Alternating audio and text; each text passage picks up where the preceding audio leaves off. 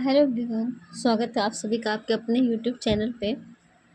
तो आज polity revision चल रहा है हमारा। फिर से घटना चक्र पॉलिटी रिवीजन फिर से शुरू से स्टार्ट की हूँ।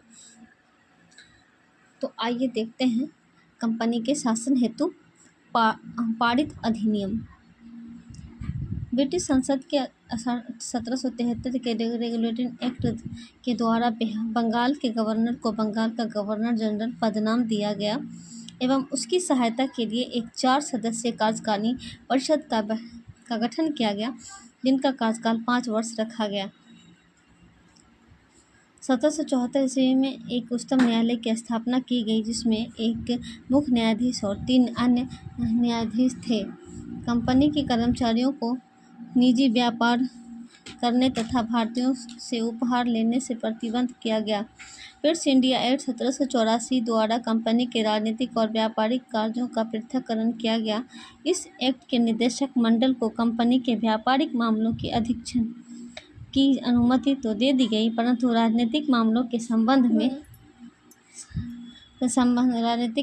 के अधीक्षण की अनुमति तो दे दी गई, परंतु राजनीतिक मामलों के प्रबंधन के लिए नियंत्रण बोर्ड का गठन किया गया। 1786 ईस्वी के अधिनियम के द्वारा बंगाल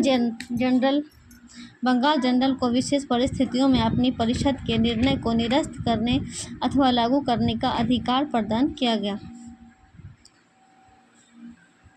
ये दोनों अधिकारी सर्वप्रथम लॉर्ड कॉर्नवालिस ने प्राप्त किए। ये दोनों अधिकार गवर्नर जनरल को प्रधान सेनापति की शक्तियां भी प्रदान की गईं। ये दोनों अधिकार सर्वप्रथम लॉर्ड कॉर्नवालिस ने प्राप्त किए। 1793 के चार्टर एक्ट के अंतर्गत कंपनी के अधिकारियों को 20 वर्ष के लिए बढ़ा दिया गया।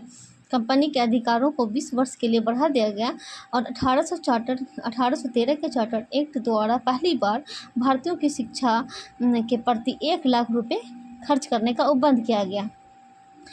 1800 चार्टर एक्ट के द्वारा पहली बार भारतीयों की शिक्षा के लिए 1 लाख रुपए खर्च करने का उपबंध किया गया। कंपनी के भारतीय व्यापार के अधिकार को समाप्त कर दिया गया। 1833 के चार्टर एक्ट द्वारा बंगाल के गवर्नर जनरल को संपूर्ण भारत का गवर्नर जनरल बना दिया गया। 1833 के एक्ट द्वारा बंगाल के गवर्नर जनरल को संपूर्ण भारत का गवर्नर जनरल बना दिया गया। इस चार्टर एक्ट की धारा 87 के अनुसार कोई भी भारतीय केवल धर्म, जन्मस्थान, वंश और वर्ण के आधार पर सरकारी सेवा के लिए अयोग्य नहीं समझा जा सकता था।